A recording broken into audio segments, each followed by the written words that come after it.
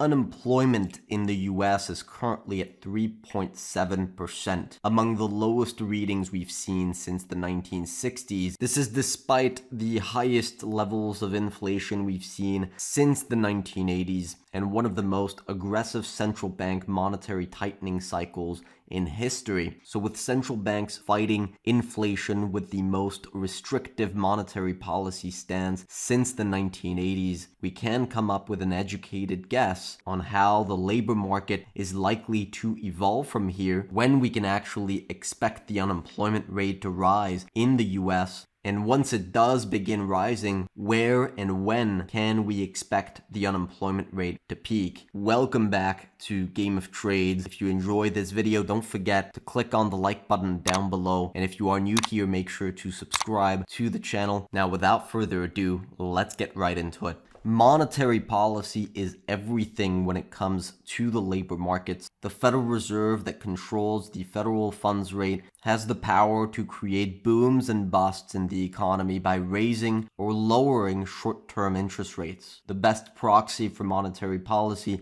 is the yield curve. It is the spread between short-term interest rates that are controlled by the central bank and long-term interest rates that are mainly influenced by market expectations. So this is the spread between the 10-year government bond yield and the federal funds rate that's directly in control of the Federal Reserve. If I add the unemployment, you'll directly see that there is a very tight correlation between what the yield curve is doing, so how aggressive monetary policy is, and what the unemployment rate is doing. Central banks directly influence how much job creation or job loss there is in the economy at any given moment. Now, as I said at the beginning of the video, we are currently in the most restrictive stance of monetary policy since the 1980s. This means that the federal funds rate, short-term interest rates, are quite a bit higher than long-term interest rates. And that means that domestic banks that lend out money to people and businesses and create credit growth and can create job growth in the economy, they stop lending when the yield curve is inverted, because domestic banks borrow from the central bank at short-term interest rates and lend out to people and businesses at longer-term interest rates. And that is where we currently stand in the monetary policy cycle.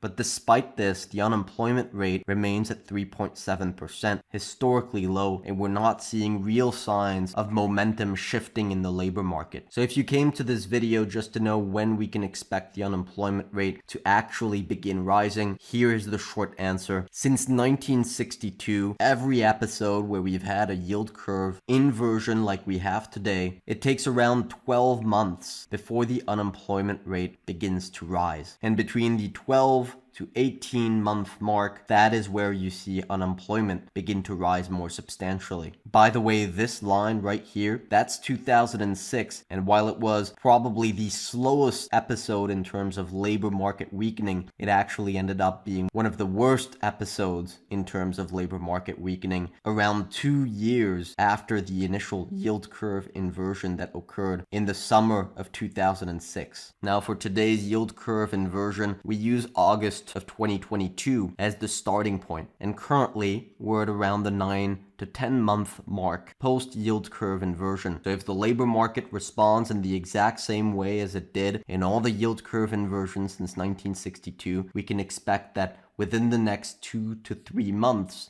we'll begin to see unemployment rise more substantially. By the way, if you're so far enjoying this video, don't forget to click on the like button and leave a comment down below. We absolutely love to get your feedback on the videos, love to get feedback on our macro work. But if you do comment, make sure to do it in a way that doesn't disrespect the work, the effort that's been put into these videos. There's an entire research and editing team behind these videos, putting the charts together, the footage together, and of course we read all the comments. So make sure to keep that in mind when giving us some feedback, whether that's positive or negative. So if we really are about to see the unemployment rate rise here, then you could say that we should begin to see signs underneath the surface that the labor market is already deteriorating. And that is absolutely the case. We can see initial jobless claims have been rising more recently, similar to prior recessionary episodes like 2000 and like 2007. In fact, we have a very similar chart here to the one with unemployment. This is what jobless claims typically do following yield curve inversions.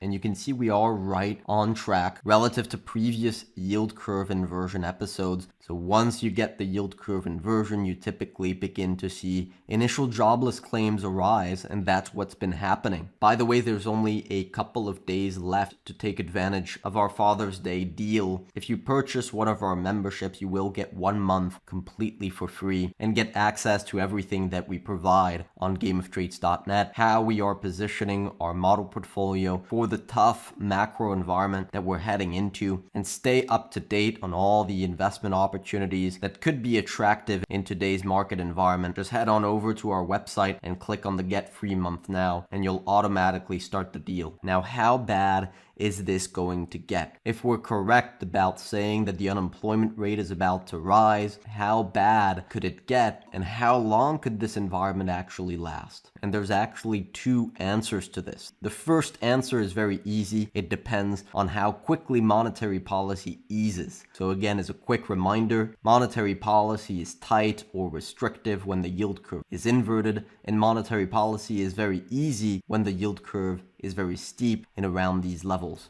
Now, if we look at all the recessions since the 1970s, and we look at all the peaks in the labor market, every single time that we've seen the unemployment rate peak and begin to trend down and begin a new economic boom cycle, you'll see they all have one thing in common when it comes to monetary policy. And that is all of these happen when monetary policy is very easy, when the yield curve is around between 2.3%, you can see there on the right hand side, and sometimes it needs to get even higher than that at 3.8%. But one thing is sure, that when you have the yield curve at around this zone right here, it very likely means that you're going to stop seeing the unemployment rate rise, and you're going to start to see the unemployment rate fall and the economy begin a new economic boom cycle. So in case you don't find this video again, but you want to remember when the unemployment is almost certainly going to peak and begin to turn around, and the economy is going to begin a new economic boom, just remember that that happens when the yield curve is in around this zone right here between 2% and 4%. The second answer to this question we can actually come up based on how inverted the yield curve is today, and this is something that we've discussed before on this channel. The deeper a yield curve is inverted, the tighter monetary policy is, and the more likely you are to see a deterioration in the economy, and so a deterioration in the labor market. And that's exactly what this chart shows. This line here shows the correlation between the depth of inversions and how much initial jobless claims actually rise. So you can see all the dots here correspond to a specific yield curve inversion. And the deeper the inversion, the more likely you are to see a lot of job losses. So currently, with the yield curve inverted to about 1.2%, the deepest inversion since 1989 and 1981, we can estimate that initial claims are likely to jump by around 120,000 jobs, which would take initial claims to around 400,000 in about 18 months, or about 3 quarters. Now, seeing a jump in initial claims to 400,000 could look something like this, and it could take us to similar levels in initial claims to what we had in the 2001 recession and also in the 1990 recession right here. Now, that's about all I wanted to cover in this episode. I hope you guys enjoyed. If you did, don't forget to click on the like button down below, and of course subscribe to the channel if you have not already. Now, in the meantime, I wish you good luck on your trading, and see you next time.